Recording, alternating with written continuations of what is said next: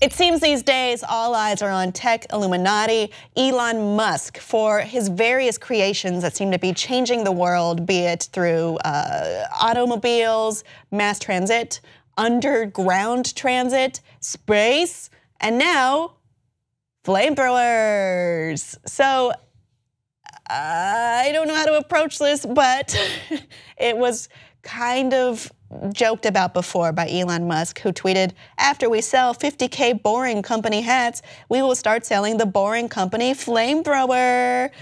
And we thought, oh, that's a hilarious joke. But some people found that when you went to the Boring Company store and added /flamethrower, it went to a URL that showed a flamethrower, pre-order $600. And it looks like a gun I might find in a video game, which sounds cool.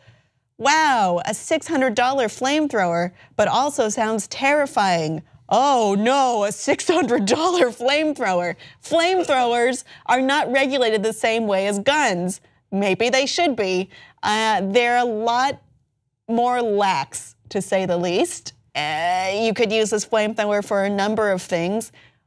There is the violent purpose, and there are stupid people who might develop a new Tide Pod-like challenge involving cheap flamethrowers, which is truly, truly frightening. So someone from Teslarati pointed out, so they paid a visit to the Boring Company in their test tunnel at SpaceX and found a photo, or posted a photo with a working version of this supposed prototype flamethrower, which appears to be an airsoft rifle that's been modified to instead shoot fireballs out. It's a little worrisome.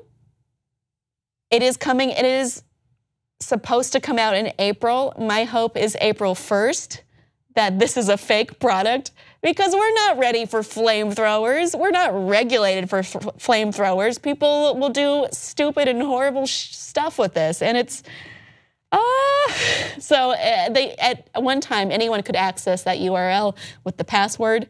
The password was flame. Now it's been changed to something more difficult, flame123 perhaps.